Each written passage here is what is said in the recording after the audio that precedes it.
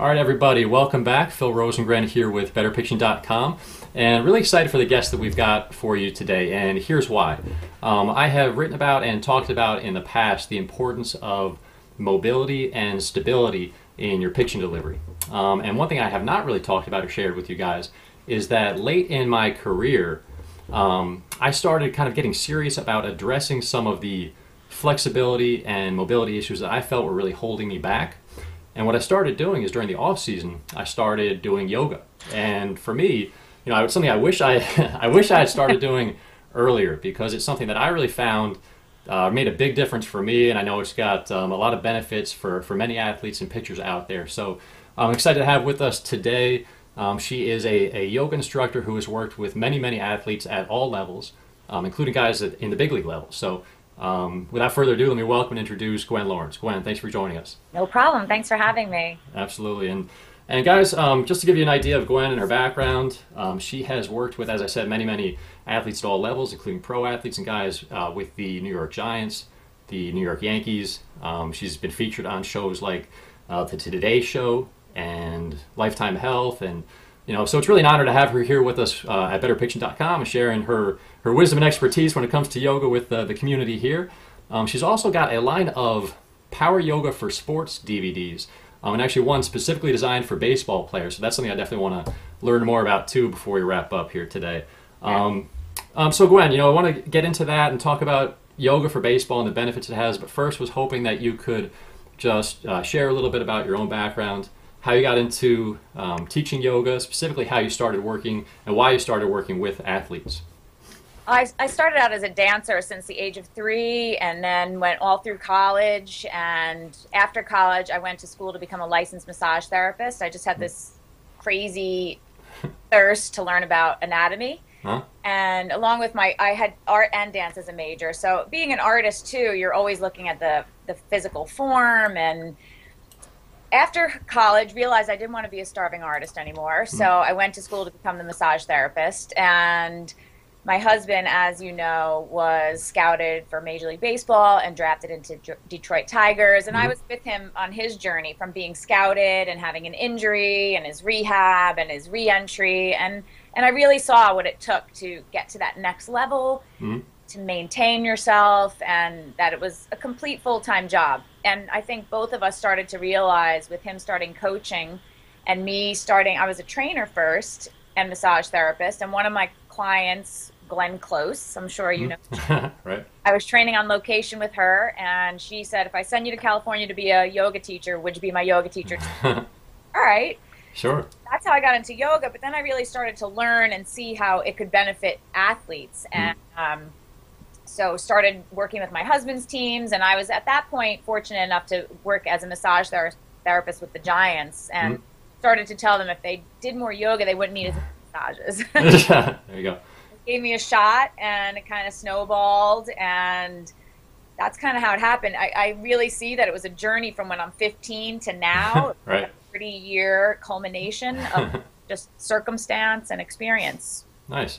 So, having worked with so many athletes over the years, one of the things I want to ask you about was kind of the difference maybe between how you would approach teaching yoga to athletes versus non-athletes, and even guys who play different sports. So I don't know if maybe there is no difference, but if, let's say you're working with a football player, would you approach things with them a little differently than maybe with a baseball player versus a guy who maybe, works in an office all day and sits at a desk most of the day? Right.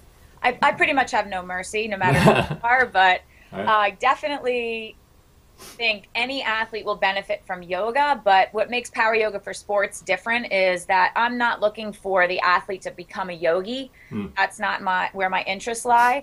I learn the game, and I learn the game per position and per sport, so I know it's expected of you, and that's why I would train an Eli Manning way different than a Jason Pierre-Paul. I mean, they have different bodies, different jobs on the field, and the same as I would treat Jason Pierre-Paul very different from an O-lineman and a pitcher. Right, of course. Depends on what their job is on the field. And then I boil down this big art of yoga exactly to what they need. So they're not wasting their time. They don't have a lot of time to add other things to their crazy, training regimen as it is. So I try to make it as efficient as possible. Nice. And you mentioned that, the idea of not trying to turn the athletes into yogis.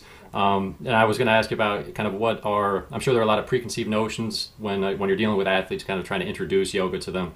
You probably have some preconceived notions about what it's about, and just kind of curious, what are some of the hurdles or maybe misconceptions that you found that people have about yoga, and specifically that athletes may have about yoga? I definitely had that. I mean, I've been doing this nearly 20 years now, and I definitely came across that a while ago. I think now they're starting to know who I am, and coming into camps or whatever, and understanding just hearing from players before them. And they're also starting to do it more and more in colleges, which makes me really happy, makes my job a little bit easier.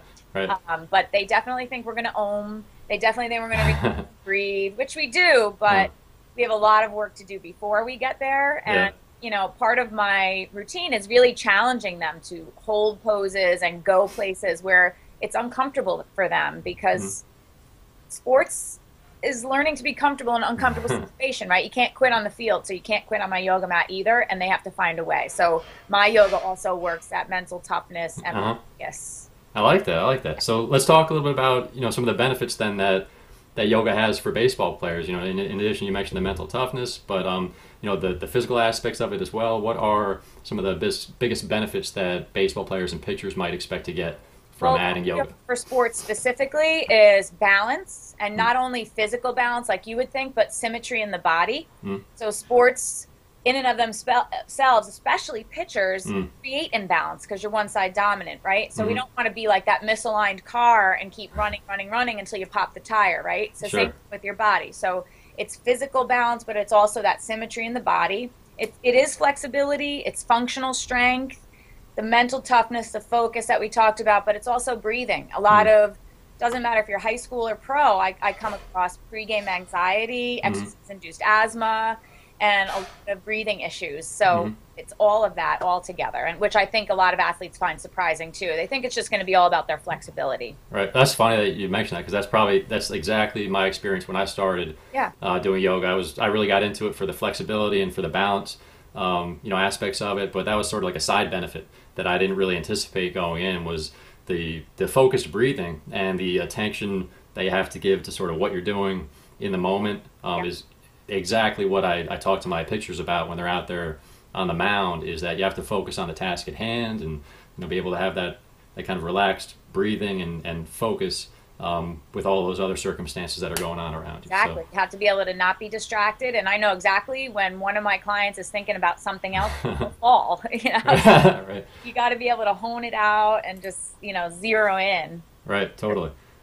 So,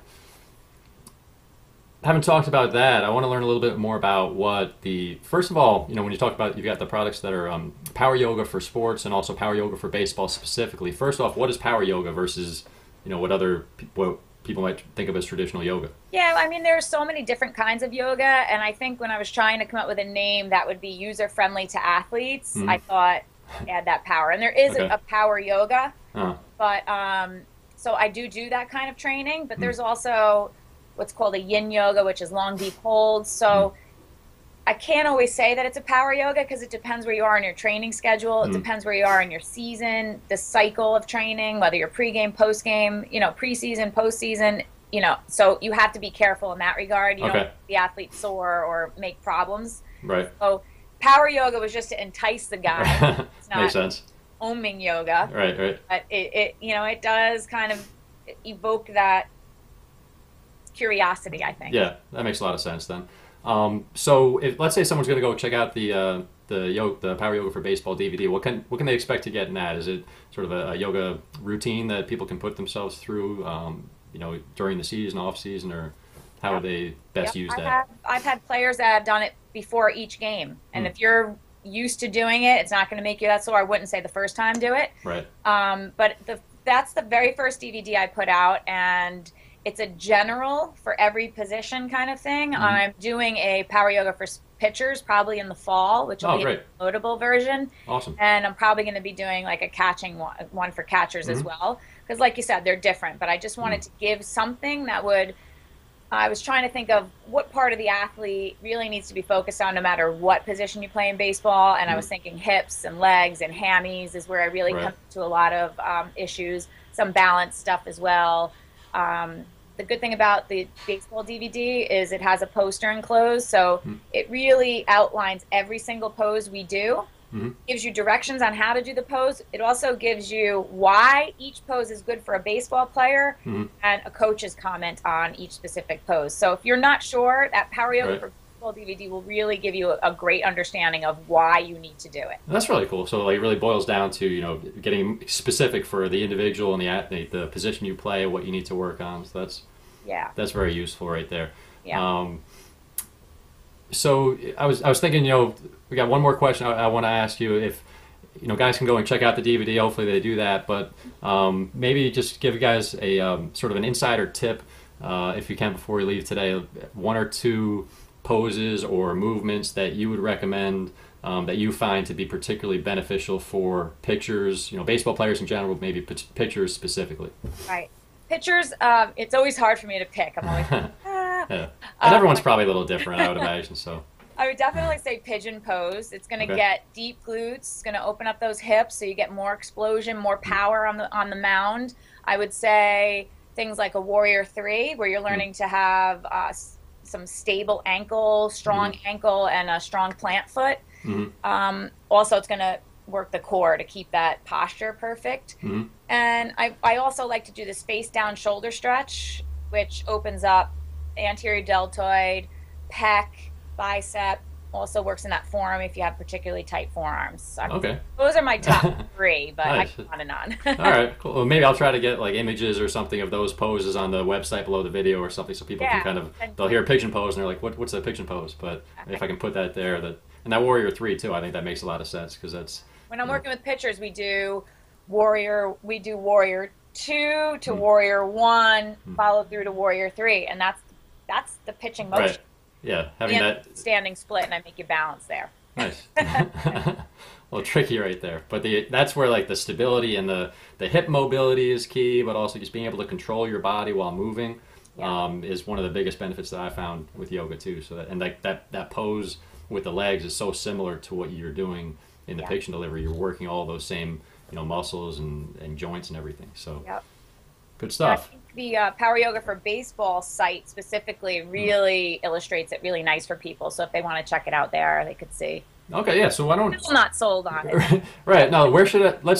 I'm going to go ahead and make sure I try to get all of the links below the video on the website. So where would you point people to before we wrap up here, to learn more about you? You know, your website, and then also the you know, Yoga Baseball DVD, so they can check that out. If you really want to learn about yoga for baseball, you go to poweryoga4baseball.com. But I've combined my Power Yoga for Sports and my regular site together. So now you can go to GwenLawrence.com. Okay. It'll lead you to purchasing downloadable versions, you know, hard copies about my Power Yoga for Sports teacher training. So if you're a trainer, a PE teacher, or a yoga teacher already, this is an online addendum course to learn all the stuff that I've learned in the last 20 years, my experience, my tricks. So that's really cool because that's available to everybody now. Good stuff. All right. Well, Gwen, I really appreciate you taking the time out. I know you're a busy lady, and it means a lot that you were able to stop by and share some of your yoga expertise with everybody here. So, you know, again, really appreciate it. Yeah, no problem. Thank you. All right. Thanks a lot. I'll talk soon. All right. Bye.